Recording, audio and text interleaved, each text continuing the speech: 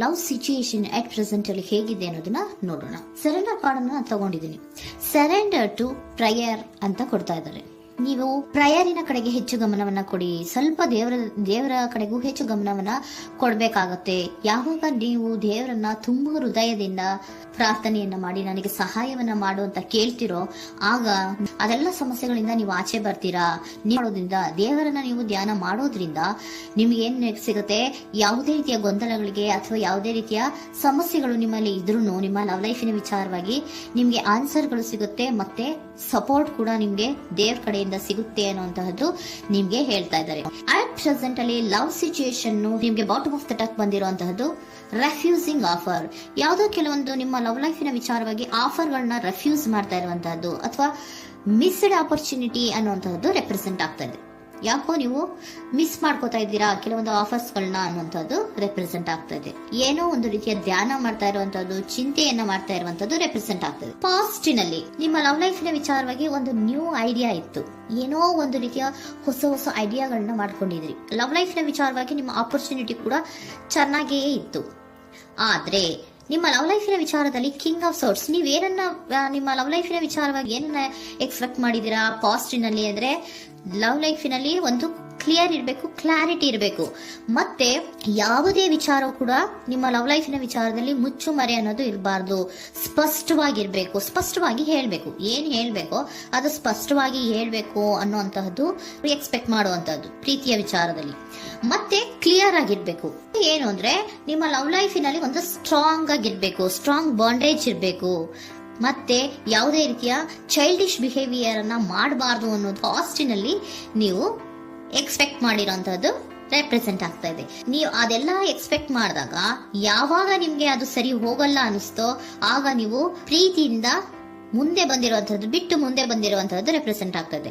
Most probably ನಿಮ್ಮ ಕೆಲವೊಬ್ಬರಿಗೆ ಈಗ ಆಲ್ರೆಡಿ ಕೆಲವೊಂದು ರೀತಿಯ ಬ್ರೇಕಪ್ ಗಳು ಆಗಿರಬಹುದು, ಕಮ್ಯುನಿಕೇಶನ್ ಇಲ್ಲದೆ ಇರುವಂತಹದ್ದು ರೆಪ್ರೆಸೆಂಟ್ ಆಗ್ತಾ ಇದೆ. ಮೋಸ್ಟ್ ಪ್ರಾಬಬಲಿ ನೀವು ಇವಾಗ ಇಬ್ರು ಕೂಡ ನೀವು ಮಾತಾಡದೆ ಇರುವಂತಹದ್ದು ರೆಪ್ರೆಸೆಂಟ್ ಆಗ್ತಾ ಇದೆ. ಸೊ ಯಾವುದೇ ರೀತಿಯ ಕಾಂಟ್ಯಾಕ್ಟ್ ಅಲ್ಲಿ ಇಲ್ಲದೆ ಇರುವಂತಹದ್ದು ರೆಪ್ರೆಸೆಂಟ್ ಆಗ್ತಾ ಇದೆ. ನೋಡಿ, ಮುಂದೆ ಬರ್ತಾ ಇರುವಂತಹದ್ದು ರೆಪ್ರೆಸೆಂಟ್ ಆಗ್ತಾ ಇದೆ. ಯಾಕೋ ತುಂಬಾ ಬೇಜಾರಲ್ಲಿ ಇರುವಂತಹದ್ದು. ಪಾಸ್ಟಿನಲ್ಲಿ ಕೂಡ ನೀವು ಲವ್ ಲೈಫಿನ ವಿಚಾರವಾಗಿ ಕೆಲವೊಬ್ರು ಬೇಜಾರಲ್ಲಿ ಇರುವಂತಹದ್ದು ರೆಪ್ರೆಸೆಂಟ್ ಆಗ್ತಾ ಇದೆ.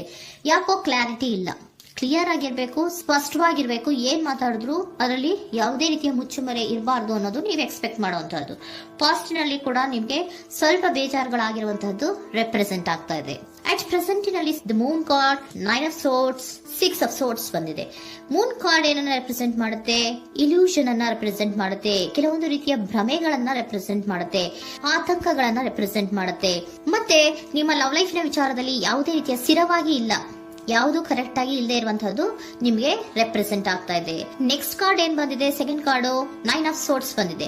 ಇದರಲ್ಲೂ ಕೂಡ ನಿಮ್ಗೆ ಆತಂಕ ಇತ್ತು, ಇದರಲ್ಲೂ ಕೂಡ ಆತಂಕ ಇದೆ, ಭಯ ಇದೆ, ಕರೆಕ್ಟ್ ಆಗಿ ನೀವು ನಿದ್ರೆ ಮಾಡ್ತಾ ಇಲ್ಲ, ಯೋಚನೆ ಮಾಡ್ತಾ ಇರುವಂತಹದ್ದು ಈ ಎರಡೂ ಕಾರ್ಡ್ಗಳಲ್ಲೂ ರೆಪ್ರೆಸೆಂಟ್ ಆಗ್ತದೆ. ಇದರಲ್ಲೂ ಆತಂಕಗಳಿದೆ, ಇದರಲ್ಲೂ ಆತಂಕ. ಅಟ್ ಪ್ರೆಸೆಂಟಿನಲ್ಲಿ ಕೆಲವೊಂದು ರೀತಿಯ ವಿಚಾರಗಳಲ್ಲಿ ಭಯವನ್ನ ಪಡ್ತಾ ಇರುವಂತಹದ್ದು ರೆಪ್ರೆಸೆಂಟ್ ಆಗ್ತಾ ಇದೆ. 6 ಆಫ್ ಸೋರ್ಟ್ಸ್ ಕೂಡ ಏನಾಗ್ತಾ ಇದೆ? ಮೂವಿಂಗ್ ಆನ್, ಮುಂದೆ ಹೋಗ್ತಾ ಇರುವಂತಹದ್ದು, ಬೇಜಾರಿಂದ ನೀವು ಮುಂದೆ ಹೋಗ್ತಾ ಇರುವಂತಹದ್ದು ರೆಪ್ರೆಸೆಂಟ್ ಆಗ್ತಾ ಇದೆ. ಅಟ್ ಪ್ರೆಸೆಂಟಿನಲ್ಲಿ ಯಾವುದೇ ರೀತಿಯ ಸಮಾಧಾನದಿಂದ ಇದ್ದಿರುವಂತಹದ್ದು ಈ ರೀಡಿಂಗ್ ಗಳಲ್ಲಿ ಕಾಣಿಸ್ತಾ ಇಲ್ಲ. ಓಕೆನಾ? ಟೇಕ್ ಇಟ್ ರೆಸೋನೇಟ್, ನಿಮ್ಗೆ ರೆಸೋನೇಟ್ ಆದ್ರೆ ಮಾತ್ರ ತಗೊಳ್ಳಿ. ನೆಕ್ಸ್ಟ್ ಕಾರ್ಡ್ ಇಮಿಡಿಯೇಟ್ ಫ್ಯೂಚರ್ ನ ಬಗ್ಗೆ ನೋಡೋದಾದ್ರೆ ನೈಟ್ ಆಫ್ ಸೋರ್ಟ್ಸ್ ಬಂದಿದೆ.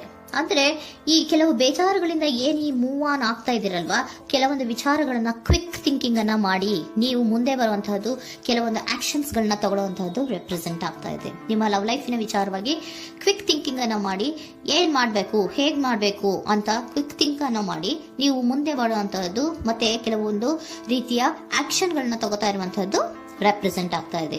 ಕ್ವೀನ್ ಆಫ್ ಕಪ್ ಏನನ್ನ ರೆಪ್ರೆಸೆಂಟ್ ಮಾಡುತ್ತೆ? ಬಹಳ ಕೇರಿಂಗ್ ಅನ್ನ ರೆಪ್ರೆಸೆಂಟ್ ಮಾಡುತ್ತೆ.